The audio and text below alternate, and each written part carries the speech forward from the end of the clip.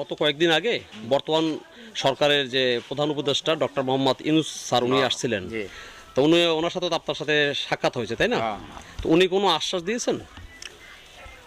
কৌশলে আমি তোমার সাথে খালি দেখা করবে আসছি, ইনশাআল্লাহ আমি সাথে থাকবো, আপনার ঘরে পাশে থাকবো।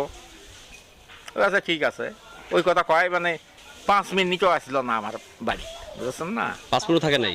না, কয়েকটা কথা শুনাশুনি করে জি। সার্টিফিকেট গেছে যে ওই যে একাডেমিক, জি। ওখানে হেলিকপ্টার ওখান থেকে নামছি, ও আচ্ছা, ওইখান থেকে এখানে ওখান আসছে। থেকে গাড়ি আসছে। তো ওরকম কোনো আপনাদেরকে আপনার পারিবারিক আপনার পরিবারকে যে সরকারটা সহযোগিতা করবেন এরকম কিছু বলছেন? ইউনূস, ওই পাশে ডক্টর ইউনূস থাকতে স্যার? চাইছি, এখন করবি সরকার কি করবি না করবি আর তো কোনো খবর। আর এর আগে তো স্বৈরাচারী হাসিনা সরকার বিদায় হওয়ার আগে আপনার সাথে দেখা হয়েছিল মেবি, নাকি?